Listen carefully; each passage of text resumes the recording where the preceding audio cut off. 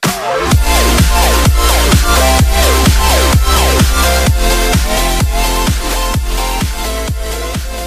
What's up guys, my name is Phoenix and today I'm bringing you week 2 of What's That Anime. You guys absolutely crushed the support in the first episode and I want to say a big thank you to everyone that tuned in, and you guys absolutely loved it, and a lot of you guys was really looking forward to the next week, and here we are with week 2 of What's That Anime. So today we're going ahead and reviewing No Game No Life. This is an absolute brilliant anime that I've only recently just finished.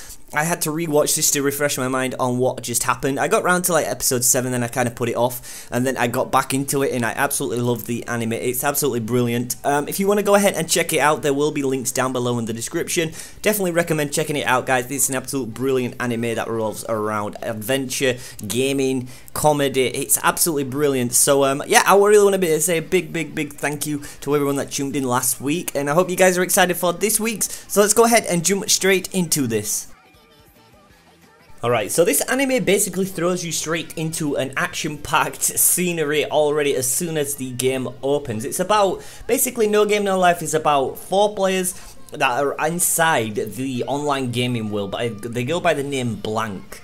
Now, you don't really know who these 4 players are, but after seeing like the first episode, like for the first 5 minutes, you kind of figure out who these people are. When it actually comes down to it, it's not 4 people, it's only 2 people. 2 people controlling 2 more characters, that makes it with 4, and their codename throughout the online gaming is known as Blank.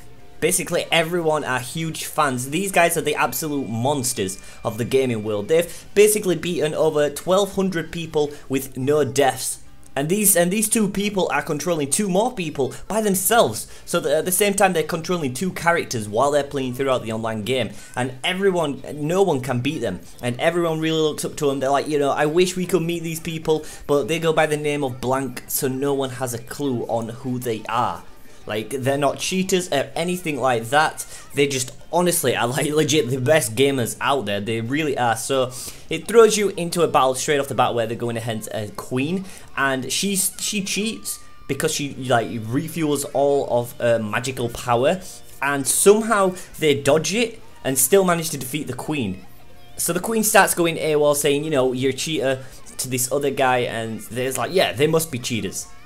And then then she turns around and says, no, they can't be cheaters because they've got to be knowing that I cheated to use this power. So basically, you know, the queen was trying to cheat, and these 2 siblings, they just absolutely destroy the queen, and it's absolutely insane how they do that. Honestly, they're like legit the best gamers out there in the whole entire online world. Although they don't really go out of the house much, they literally stay in the house all the time and just play games. I mean, some people can do that, other people can't.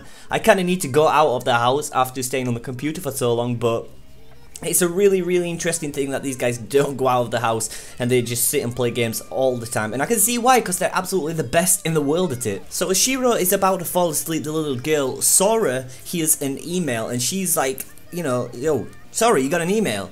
And she's like, maybe it's from one of your friends. And then he starts laughing, saying, you know, I've not got no friends or something like that. And then next thing you know, she gets an email from this random ass person saying, do you 2 siblings think you were born in the wrong world? And now these 2, Sora and Shiro, are both freaking out because they're like, how do they know that Blank is siblings? How do they know that? They're the only 2 people that know who these people are. No one in the whole entire world knows who Blank is. They just see it as a random ass person with no name. But now they get an email saying, you know, do you feel like you was born in the wrong world? So basically these people know who these people are. So they're literally just checking out the email, and they click on a link, and this link takes them to a chess match. And now they're both like baffled, like, why a chess match? And you know, so Shiro starts playing this chess match, and basically they start to go on about luck and skill and everything like that. This is a really detailed anime that lets you know literally everything what's to do with gaming. It's absolutely brilliant. So after defeating this mysterious person behind the other side of the screen that's playing chess, they finally beat him. Sora and Shiro finally beat these guys. And, you know, they're like just laid out on their chair. They're like, oh, thank God it's over. Then they get an email saying, congrats, you are a winner. You must be good at games. And they're like, okay. And then they get another email saying, do you feel like you was born in the wrong world?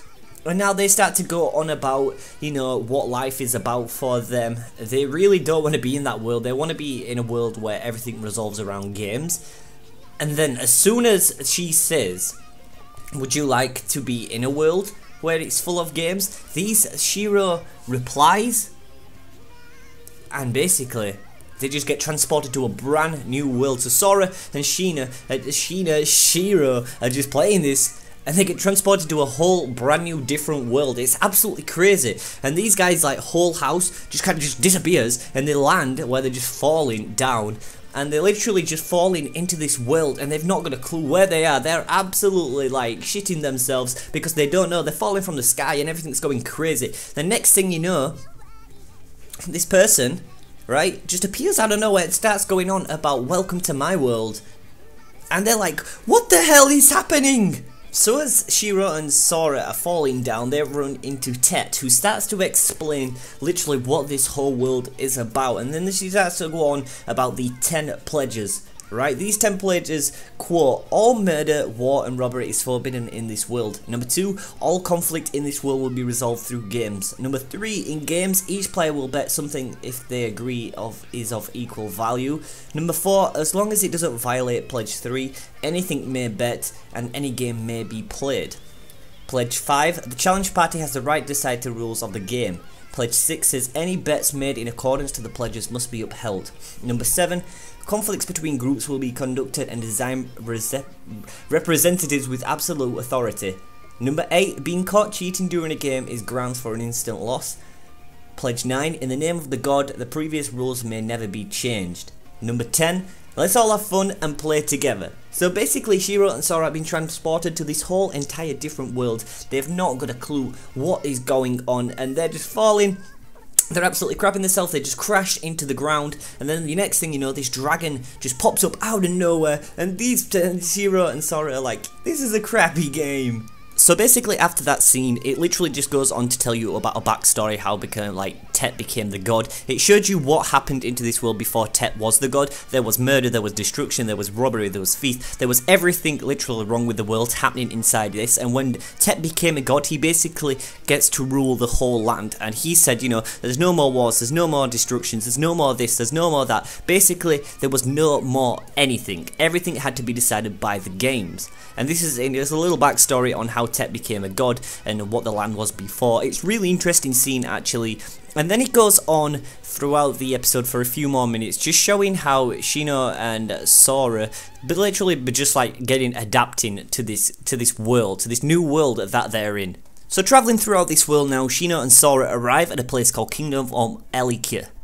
I hope I'm pronouncing that right. Elkia, where basically there is a lot of people living in this town, and they meet up with a girl called Stephanie Dola. They're watching her play this card game, and she is the granddaughter to the king of this town. Basically, there is a lot of set towns around the whole place of this new entire world, and they all got like certain kings, and she is the granddaughter to this certain king. So while this gaming is happening between Stephanie Dola and this other girl, Shiro and Sora basically come up to this girl and says, oh, that's a lot of money you have there. And he challenges this girl to a game. And now, when they start to play, you can tell like straight off the bat, this girl that he challenges basically starts to cheat. And he's like, alright, I'll just throw this hand away. And she's like, ha, I've got you now. And he pulls out another few cards, and then she's like, okay boy, you ready? And he's like, okay, I'm ready. And she just throws down a full house, and she's like bragging, saying, ha, I won. And Shiro just pulls out, basically, just like, it's Sora, in fact. Sora pulls out this like hand, and it's absolutely brilliant. He pulls out a straight royal flush, and basically just throws this girl off guard, and she's like, oh, how did this happen? There's only like 1 in 6 150th chance that'll ever happen. And he's like, yeah, well, it did happen. And they basically just take this woman's gold, and she's like, who are you? And he's like, oh, just nobody, and just an outsider. And basically that cockiness is just what I absolutely love about this guy's character. After this scene, nothing really much happens. It basically goes back to the Stephanie Dola scene, where she definitely looks like her opponent is cheating, and Sora actually figures out how she's doing it. He sees a girl stood over in the corner, and he knows, and she's about to make her play Stephanie Dola, and he comes up to her and tells her that she's cheated, and kind of just walks away. And Stephanie's like, she doesn't know what to do, and the other girl looks at him, and she like knows that they've clicked on that she's cheating, but he kind of walks away and doesn't do much about it. So nothing can really be done. And then basically it just takes you up to their room, you know, where they've managed to buy out a room for 4 nights with the money they've won. And now basically the anime goes on ahead and just rolls into the credits for the first episode. So with that, basically wraps up the first episode. As you can see, it's an amazing set out for a plot for the anime where everything's decided by games. You know, you've got Shiro and Sora, 2 masterminds of the game, and there's so many people in this world, and they've got to win their way through these like cities and that to become literally the king. So the first episode really just drops off my mind on really what's going to go ahead and happen in this anime. It's absolutely brilliant. I definitely recommend going ahead and checking it out, guys. There is links down below in the description. Like I said, you can find it on Crunchyroll, and I'm pretty sure you can find it other ways as well. If there is, I'll go ahead and leave links to it as well. Let me know your thoughts on No Game No Life. It's a really nice anime. I absolutely loved it, and I want to know if you guys really have it. If you've not watched it and now after watching this you plan on watching it, hit me up on Twitter, tell me that you've been watching it. It would absolutely mean the world to me. Let me know down below in the comments as well. I do want to say a big thank you to everyone that has contributed. Today the channel has hit 3,000 subscribers, which is absolutely insane, and I can't thank you guys enough for that. So we're at 3K now, and I'm hoping that we can continue to grow and become a great channel for us all to enjoy. It will be absolutely mean the world. But with that being said, guys, this is where we're going to go ahead and wrap up today's, well, this week's of What's That Anime. If you guys did enjoy, be sure to go ahead and drop a like, as it's greatly appreciated. Also, if you're brand new to the channel and you did enjoy today's episode, be sure to go ahead and hit that subscribe button for me. I've been Fade Attacks. Thank you so much for watching, and until next week, guys, I'm out. Peace.